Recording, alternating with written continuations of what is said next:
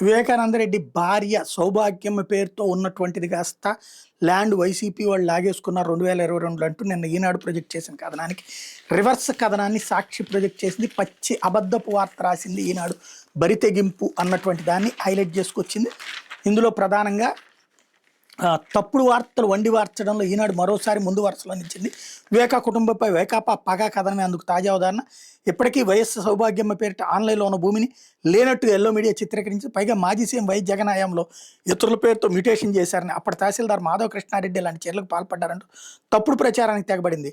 పులివెందుల మండలం వెలమలవారిపల్లెలో 2006 ఫిబ్రవరి 15 sub registrar కార్యాలయం దస్తావేజుల సంఖ్య 1577/2006, 1579/2006 ప్రకారం 4 సర్వే నెంబర్లతో 7.03 ఎకరాల భూమి కొనుగోలు చేశారు. సర్వే నెంబర్ 351/ఏలో 2.91 ఎకరాలు, 352/ఏలో 4.05 ఎకరాలు, 353/1 ఏలో 0.04 సెంట్లు, 354/ఏలో 0.03 సెంట్లు కలిపి మొత్తంగా 7.03 ఎకరాలు వైఎస్ సౌభాగ్యమ్మ పేరిట వెబ్లాండ్లో కనిపించడం లేదంటూ ఈనాడు దుష్ప్రచారం దిగింది.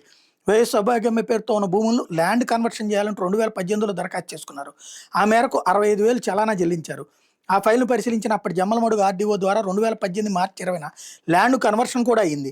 అప్పటి టీడీపీ ప్రభుత్వంలో ల్యాండ్ కన్వర్షన్ చేపట్టారు. ఆ మేరకు రెగ్యులర్ ఖాతా 763 నుంచి నోషనల్ ఖాతా నెంబర్ 30004కి మారింది. రాష్ట్ర ప్రభుత్వం నిర్వహిస్తున్న మీ భూమి పోర్టల్లో ఇప్పటికీ వైఎస్ సౌభాగ్యం పేరిట 1B నమోదయ్యింది. 351/ఏలో 3.47 ఎకరాల పట్టాదారు పేరు తెలియదని వెబ్లాండ్లో నమోదయ్యింది. వైఎస్ సౌభాగ్యమ్మ భూమి ఇప్పటికీ వాళ్ళ స్వాధీనంలో, వాళ్ళ అనుభవంలోనే ఉంది. విషయమై పులివెందుల తహసీల్దార్ నజీర్ని వివరణ కోరితే సౌభాగ్యం పేరిట ఉన్న భూమి 1 టైం కన్వర్షన్ అయిందని, కాబట్టి నేషనల్ ఖాతా నంబర్కి బదలాయింపు అయిందని వివరించడం గమనార్హం.